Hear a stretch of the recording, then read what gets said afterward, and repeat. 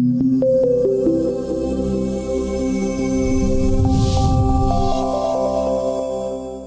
we've got Andrew Crawford from Seshego Consulting talking to us about the 2024 medical aid contribution increases. So, Andrew, what's the picture looking like for 2024? Well, thanks, Almo. The first thing is the Council for Medical Schemes have provided guidelines which suggest that none of the medical schemes should have increases in excess of 3% above inflation. That is not the case when you look at things. Even when you look at the country's largest medical aid, the increases are from 0 to 12.9%. So the bottom line is people need to understand which plan they are on in the scheme and what the new contribution rates are for 2024.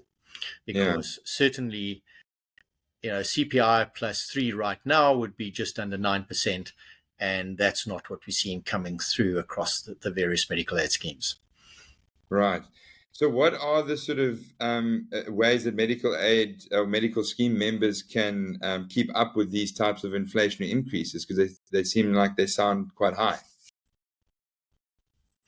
There are, Almo, and the reality is medical inflation is higher than inflation, and this is the continual impact we see.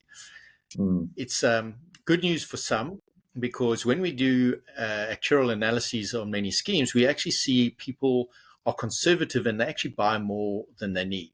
In other words, their usage is very low for the elected scheme option. So, quite often we'll see 30, 40, 50% usage rates. And the idea being it is insurance, there are costs to run this thing, but you should be operating somewhere around 70% of your contribution rate. And when you're down at, say, 30%, it means that you really have bought a scheme option which is not giving you maximum benefit for your buck. They're overinsured, basically, and the medical schemes are smiling.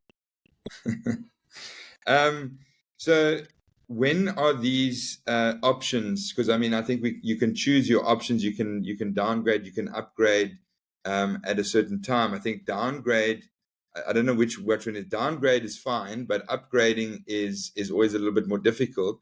So when does a person need to make these choices in terms of changing around maybe and going on a lower plan to keep up with their cost of living and inflation generally?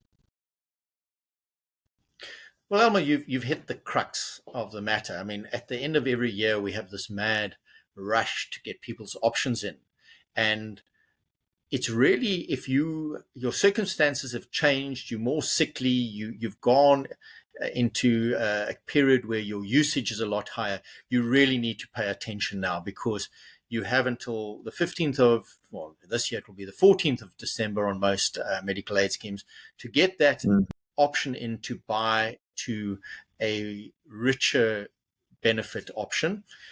You can buy down at any point. So if you miss this month's deadline, the good news is in early January or February, when you realize you're still overinsuring, like we've discussed with many people, and with affordability issues, this is something they should look at.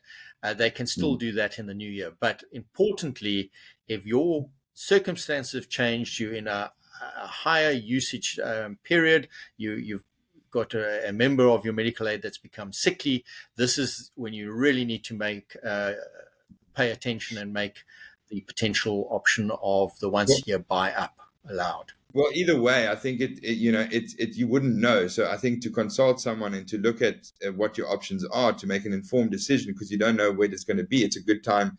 It's now or never to maybe make some decisions with regards to that. Andrew, in the press, we've also heard a little bit about.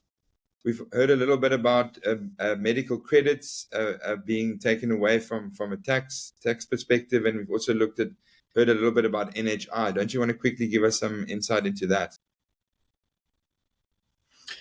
My answer is going to be brief, and Almo, you were part of the NEDLAC structures with me. What we're reading in the press about the medical aid credits, we won't know until next year's budget speech, but Obviously, if the tax deductibility of those unit credits are taken away, it just impacts more on the affordability issue. And unfortunately, we'll have to wait for those announcements in February. On the issue of NHI, we know that it's the current government's major policy issue to try bring NHI in. There are affordability constraints, what's known as fiscal constraints, and that is something which I think we can take is under review, but quite some time off. Right. Thanks, Andrew. Appreciate the insight. Is there anything else that you want to mention, or is that about the most pertinent things to think about for everyone? That's it in a nutshell. There are obviously detail that needs to be understood in those premium contribution increases that I mentioned earlier. There's a lot of rejigging, people's savings accounts being made smaller so that the contribution increase doesn't look as big. And those are the details you should really be paying attention to in your particular plan's announcement for 2024. Thanks for your time, Almo.